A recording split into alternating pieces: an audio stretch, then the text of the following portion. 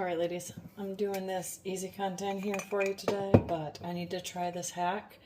So I have a new bottle, and when you put a pumper in, this is the hack so you don't overflow your bottle, is engage it. Oh, shoot.